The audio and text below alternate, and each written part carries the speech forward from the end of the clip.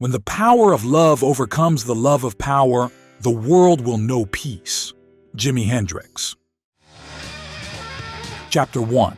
The legend who burned brightest. He lived just 27 years, but in that short time, Jimi Hendrix didn't just redefine rock, he rewired the human soul through 6 strings and a scream of electricity. From humble beginnings to explosive fame. And then, just like that, gone. A star so bright, he left a burn mark on the sky. This is the story of a kid from Seattle who became the most innovative guitarist the world has ever known. And the demons that chased him off stage forever. Fame, racism, military trauma, and betrayal. It's all here. The untold, soul-shaking journey of the man who made a guitar weep. And just wait till you hear what really happened during those final days in London. Let's rewind to where the storm began. Chapter 2. A troubled start. A chosen path. Jimi Hendrix wasn't born into music. He was born into chaos. It was November 27th, 1942 in Seattle, Washington, when Johnny Allen Hendrix came into the world. His mother was just 17. His father, Al, was drafted into World War II shortly after Jimmy's birth. By the time Al returned, the family was already unraveling. Jimmy's childhood was marked by poverty, instability, and neglect. His parents fought constantly. His mother drank heavily. Jimmy and his brother Leon bounced between relatives and foster homes. He was quiet, shy, and often retreated into his imagination. His mother, Lucille, was beautiful, wild, and broken. She'd disappear for days, drifting between bars and heartbreak. Jimmy adored her, but she was a ghost more than a parent. When she died at just 32, Jimmy wasn't even allowed to attend her funeral. That kind of grief doesn't just hurt, it mutates you. Jimmy stopped talking to people.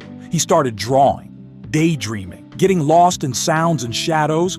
The broomstick guitar wasn't just a toy, it was his lifeline, the only thing that made sense. He'd sit on the floor of his bedroom with rubber bands stretched over shoeboxes, trying to make music out of thin air. But amidst the darkness, one thing glowed: music. He didn't own a guitar, so he made one. A broomstick, rubber bands, and raw obsession. At 15, he got his first real guitar for $5.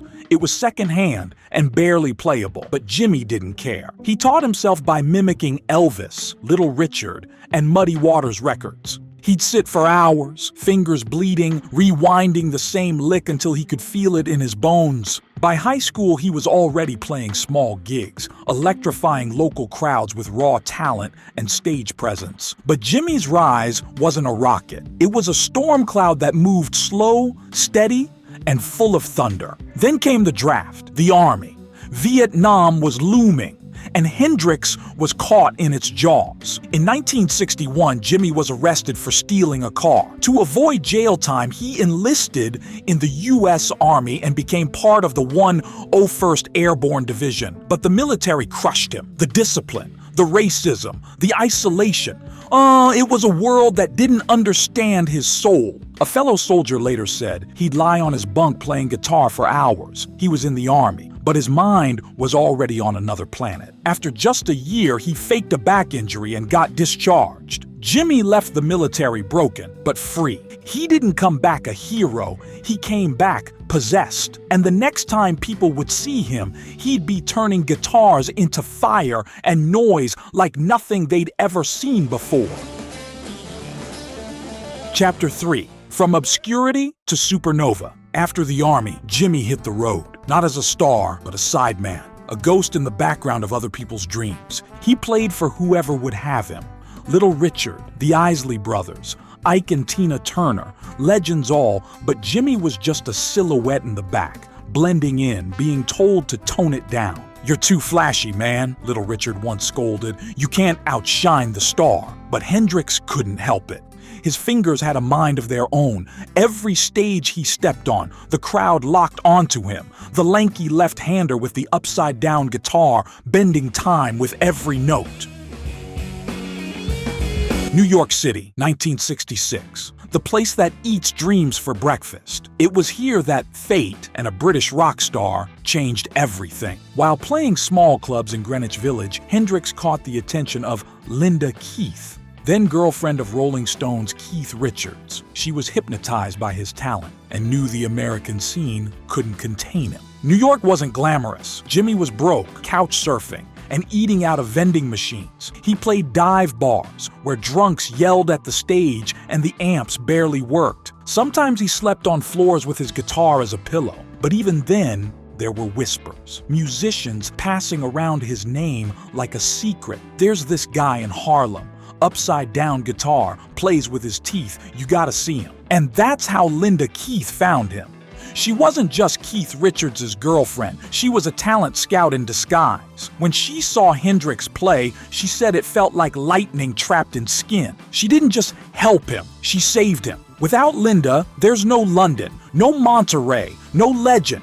She sent a demo to Chaz Chandler, former bassist of the Animals, who was scouting talent to manage. One listen, and Chandler flew Jimmy to London. Hendrix left the US broke, unknown, and doubted. He stepped off that plane in 1966 and walked straight into legend. Just 2 months later, London would know his name, and so would the rest of the world. Chandler introduced Jimmy to Noel Redding and Mitch Mitchell, forming the Jimi Hendrix Experience. Their first show, explosive. Their first single, Hey Joe, a hit.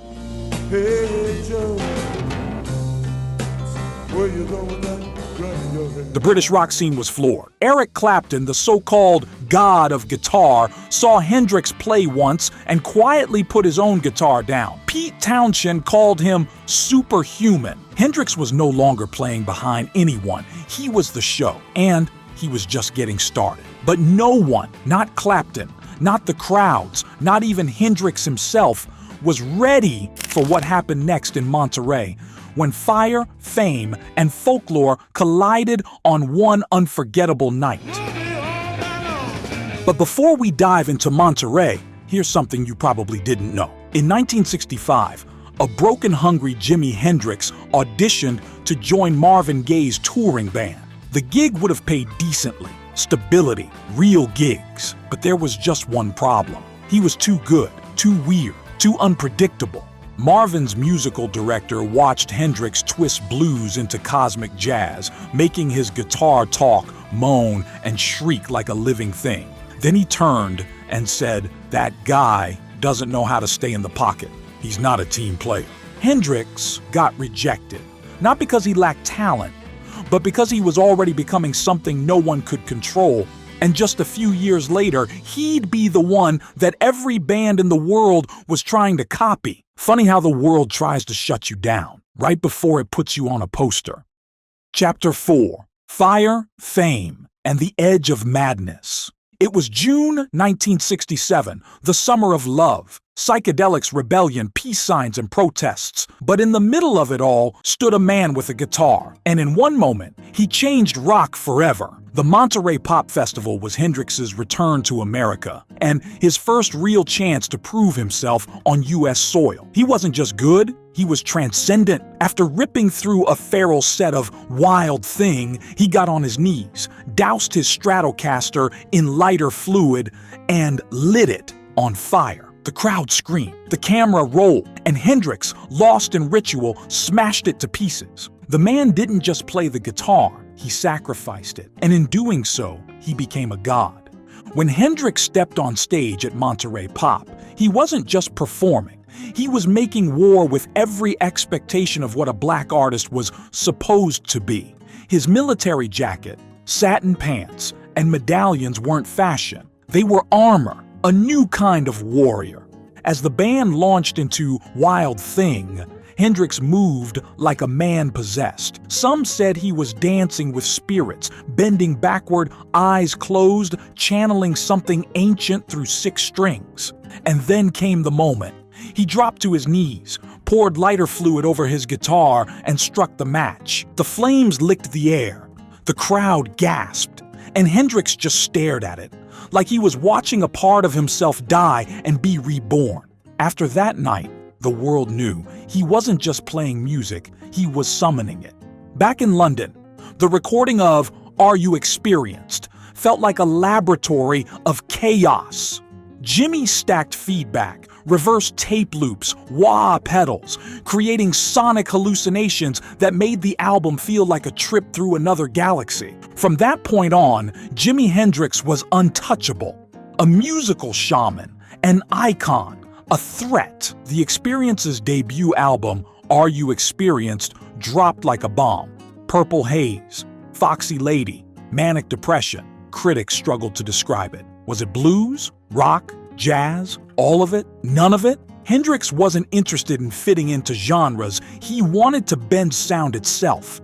He'd use his teeth, his back, his amp's feedback like a weapon. Nothing was off limits. He played the way Miles Davis dreamed, one writer said, but with the volume of a jet engine. And yet, even as the crowds grew louder, Jimi felt the world slipping further away. Fame brought groupies, drugs, pressure, and paranoia. He hated interviews. He distrusted his label. He was fighting for creative freedom from a machine that wanted hit singles, not sonic revolutions. But on stage, that was the only place he could breathe.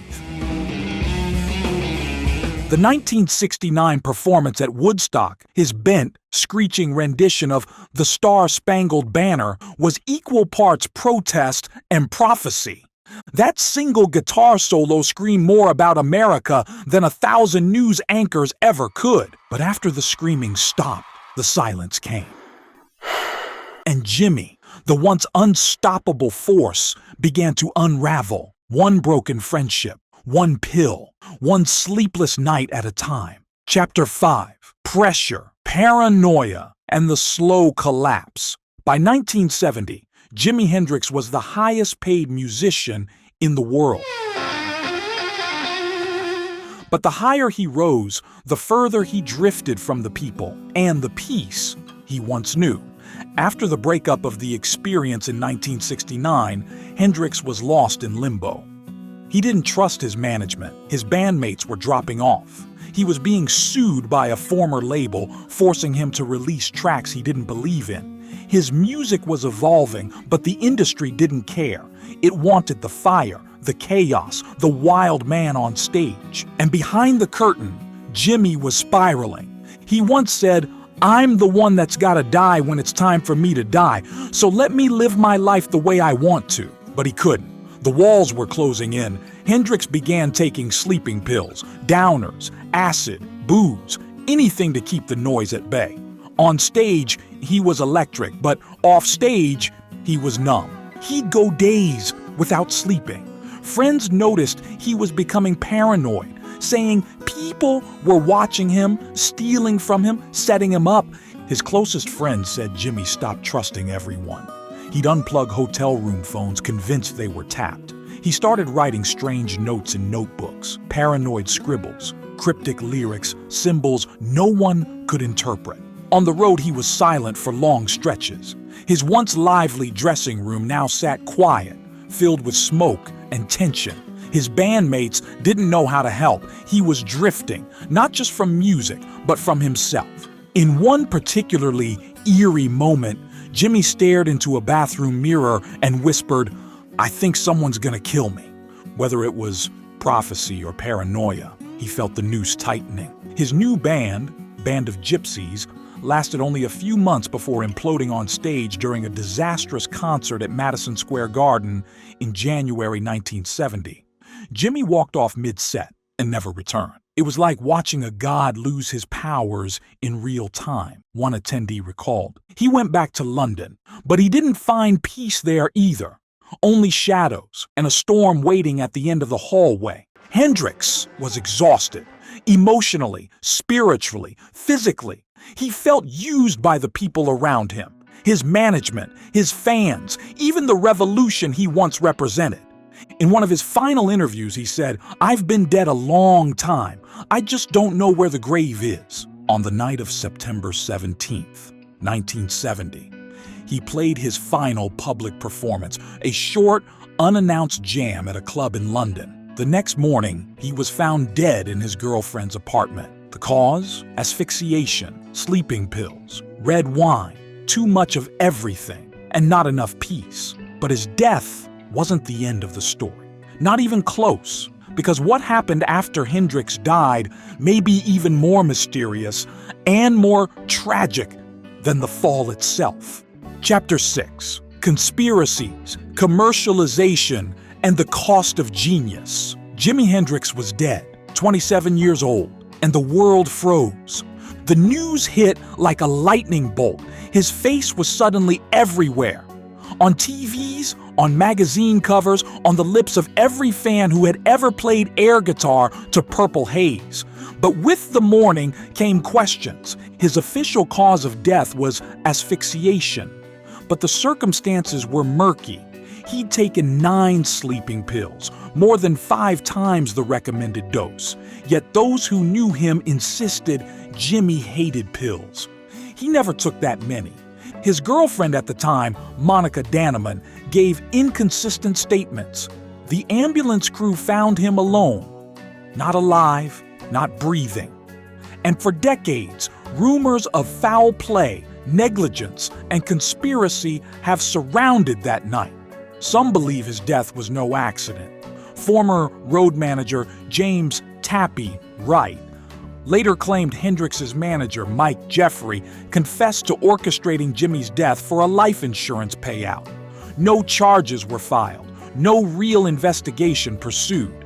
Meanwhile, the battle over his legacy turned brutal. Companies cashed in on bootlegs and merch. At one point, over 1,000 different products used Hendrix's name, without paying a cent to his family. His image was being sold in gas stations and head shops while his father fought to reclaim his son's name. But while the truth of his death blurred, the machine around him kicked into overdrive. In the months following his death, 3 posthumous albums were released, many using unfinished demos or repackaged recordings. His estate became a battlefield. Former managers, record labels, family members all wanted a piece of the Hendrix name. They couldn't control him in life, one critic wrote, so they turned him into product in death. Lawsuits dragged on for years. His father, Al Hendrix, eventually regained control of the estate. But by then, millions had been made off of Jimi's ghost. And yet, even through the noise, something beautiful endured. Fans around the world kept the flame alive. Guitarists studied his solos like sacred texts. Artists from Prince to Lenny Kravitz to John Mayer have cited Hendrix as a godfather of their sound. His songs became timeless anthems. His image, wild hair, military jacket, eyes burning with vision, turned into an immortal symbol of rebellion and artistry. Jimi Hendrix wasn't just a man, he had become myth. But what if I told you? Hendrix may have seen it all coming. In poems, in dreams, in lyrics that read like premonitions of his own end. Because Chapter 7 isn't about what happened to Hendrix. It's about what he left behind. Chapter 7: Prophecies, Influence, and the Man Who Never Left. Long before he died, Jimi Hendrix was already writing his own eulogy. In a poem found in his journal titled "The Story of Life," Hendrix wrote, "The story of life is quicker than the blink of an eye. The story of love is hello and goodbye until we meet again." Chilling? Maybe? Prophetic? Absolutely. Jimi knew something few artists ever fully grasp, that greatness is a burden, and legacy comes with a price. But unlike many stars who fade away, Hendrix never truly vanished. His sound still echoes in every bend of a guitar string. His influence isn't frozen in the 60s. It's alive, mutating, inspiring. Modern artists across genres continue to cite him as a source of freedom and fearlessness. From heavy metal to hip-hop, electronic to jazz, there's a piece of Hendrix in all of it. His DNA lives in every artist who dares to break rules. You hear it in the experimental edge of Andre 3000, the swagger of Gary Clark Jr., Beyond music, his fashion sparked generations of outsiders. Velvet, fringe, rings stacked like armor. He became an icon for rebels, poets, and anyone who never fit in. In Tokyo, Berlin, Sao Paulo, street murals of Hendrix stretch across walls like gospel. The message is clear. He's still here. Music schools dissect his solos, tribute bands replicate his style. In 1992, he was posthumously inducted into the Rock and Roll Hall of Fame. And in 2000, his father established Experience Hendrix, a family-run company that protects his legacy and oversees official releases. For once, the story returned to the people who knew and loved him, not the ones who profited from his pain. But maybe the real legacy of Hendrix isn't in awards or charts. It's in the way he played. Unapologetic, limitless, explosive. When asked once how he wanted to be remembered, he said, "I don't want to be a clown anymore. I don't want to be a rock and roll star. I want to be someone who plays beautiful music, a spiritual sound that will go on forever." And in that, Jimi Hendrix got exactly what he wanted. Not fame, not money, eternity. He was a poet, a warrior, a dreamer with a Stratocaster and fire in his lungs. And though he left this world at 27, he carved a path that generations still walk today. What's your favorite Hendrix song? And what does it mean to you? Let us know in the comments. Like the video and subscribe to the channel to watch more rock icon documentaries. And if Jimi's story shook you, wait until you see how Kurt Cobain's final days uncovered a haunting secret buried in plain sight. Tap here. But be warned, you'll never see him the same way again.